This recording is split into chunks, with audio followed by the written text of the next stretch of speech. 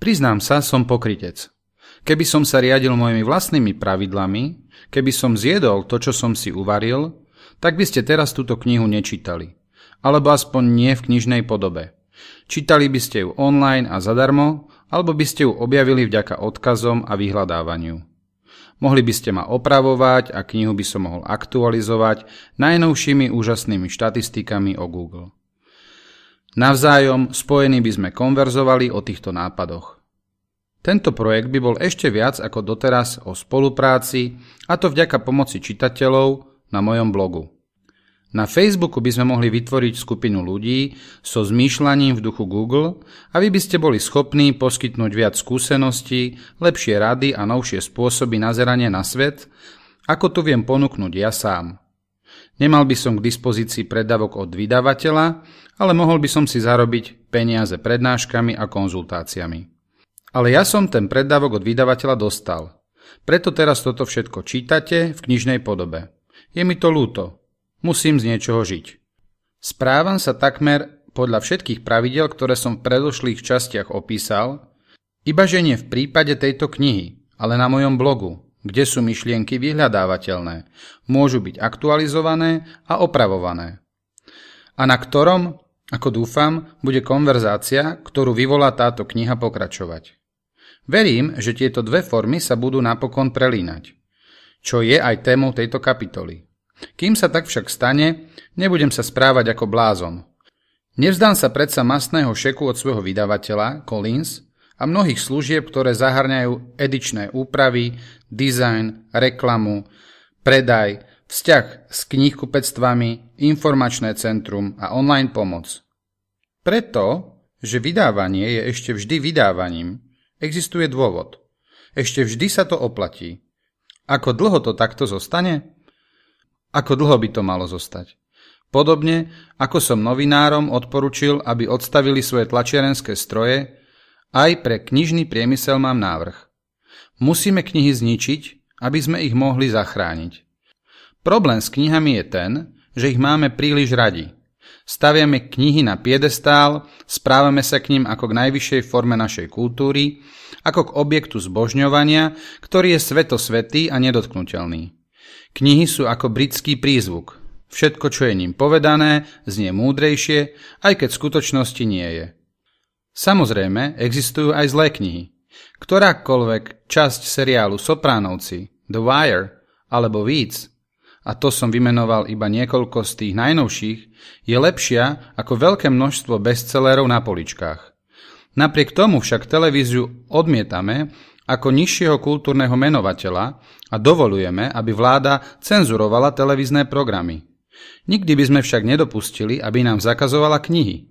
Knihy sú sväté. Na knihy však musíme zabudnúť, lebo len vtedy dokážeme vymyslieť ich novú podobu. Knihy nie sú dokonalé. S výnimkou nových vydaní sú zmrazené v čase, bez možností aktualizácie alebo opravy. V tlačenej forme ich nemožno vyhľadávať. Vytvárajú iba jednosmerný vzťah. Knihy učia učiteľov, to je pravda, ale nesnažia sa po ich napísaní niečo naučiť aj samotných autorov. Nevedia sa pripojiť na zdroje vedomostí, s ktorými majú niečo spoločné. Nedokážu debatovať. Zdroje podobné internetu to dokážu. David Weinberger, autor knihy Everything Miss Salamos, ma naučil, že ak vedomosti zamrzli na stránkach, môžu sa zdržiavať iba na jednom mieste. Na poličke, stále pod tou istou adresou, ak dá sa k nim dostať iba jedinou cestou. Vo veku internetu a jeho mnohých spôsobov prístupu k vedomostiam aj tento fakt patrí k nevýhodám kníh. Výroba kníh je veľmi nákladná. Sú závislé od obmedzeného miesta na poličkách. Spôsobujú ničenie stromov. Spoliehajú sa na ekonomiku kasových trhákov a hitov, čo znamená, že iba niektoré z nich majú úspech a ostatné sú odsúdené na prehru. Zodpovedajú vkusu strážcov vstupných brán a ich mrnčaniu. Myslím, že sa zhodneme na tom, že knihy nečítame v dostatočnom množstve. Don Poiter z boxstatistic.com zozbieral prekvapivé štatistiky o tomto odvetví a čítaní. Na stránke bookpublishing.com uvádza, že 80% amerických rodín v minulom roku nekúpilo a nečítalo ani jednu knihu. 70% dospelých Američanov nenavštívilo za posledných 5 rokov ani raz knihkupectvo. 58% dospelých Američanov neprečíta po ukončení strednej školy ani jednu knihu, aj keď sa tento údaj bije so štatistikami National Endowment for the Arts, ktorá uvádza, že v roku 2004 56,5% dospelých Američanov v priebehu roka nejakú knihu prečítalo. Knihy vyhadzujeme, keď už pre ne nemáme miesto a končia ako nehodnotný alebo nepotrebný tovar. 40% kníh v tlačenej forme sa nepredá. Knihy sú tam, kde chodia umierať slová. Ak zmeníme knihy na digitálne, vyplynie z toho mnoho výhod. V súčasnosti sa knihy môžu stať multimediálnymi, ako boli napríklad elektronické noviny v príbehu Harryho Pottera s pohyblivými obrázkami, zvukom a interakčným faktorom. Bolo by možné v nich vyhľadávať, odkazovať na ne a aktualizovať ich. Mohli by existovať večne a kdekoľvek si nachádzať stále nové a nové publikum. Okolo istých myšlienok v knihe by sa mohli rozpútať rozhovory, ktoré by ich predstavili ďalším čitateľom. V novinách Library Journal sa objavila predstava Bena Vershboffa z Inštitútu pre budúcnosť knihy, súvisiaca s digitálnou ekológiou, v ktorej budú časti kníh referenciami na časti iných kníh. Knihy budú navzájom prepletené komponentmi pochádzajúcimi zo vzdialených databáz a serverov. Kevin Kelly napísal pre New York Times Magazine nasledovné. V novom svete kníh každá časť informuje inú, každá stránka číta všetky ostatné. Ak sa istá myšlienka medzi ľuďmi rozšíri, dokáže sa rozrásť, prispôsobiť a prežívať aj za hranicami stránok. Pred stretnutím predajcov kníh v roku 2006 nazval autor John Updike Kellyho predstavu o vzťahoch, odkazoch, prepojení a zdieľaní marxistickou a riadne odstrašujúcim variantom. S digitálnou nirvánou je iba jeden problém. Peniaze. Ako budú platení autori za to, že si dajú tú námahu prinášať informácie, tvoriť a písať, ak sa z toho istého obsahu nachádza tak veľa a zdarma na internete. Internet je neľútostný. Robert Miller, bývalý vydavateľ Disneyho edície kníh Hyperion, prišiel v čase, keď som písal túto knihu do HarperCollins, materskej spoločnosti môjho vydavateľa. Jeho misiou bolo aktualizovať obchod s vydávaním kníh a dva problémy, ktoré ho prenasledujú. Preddavky a výnosy. Ako mi vysvetlil, problém je niekde v strede. Na vrchole zarábajú peniaze bestsellery a dole máme v súčasnosti možnosti pre nekonečné množstvo špecializovaných vydavateľov, vydávajúcich menej významné knihy.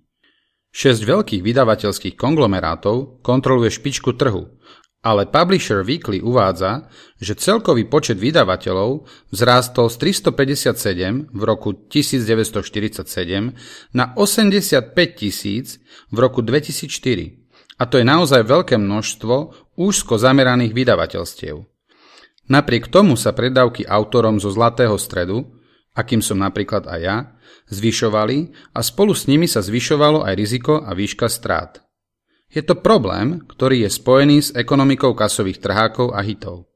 Vydavatelia majú v ohni viacero želiezok naraz a dúfajú, ale zároveň aj nevedia, ktoré im prinesú osoch. Aj keď sa vlastnícke práva v oblasti vydávania konsolidovali, Miller povedal, že to veľmi neovplyvnilo priebeh verejných súťaží medzi jednotlivými vydavateľmi. Na zvýšenie ceny je potrebné iba to, aby dva vydavateľské domy chceli tú istú knihu.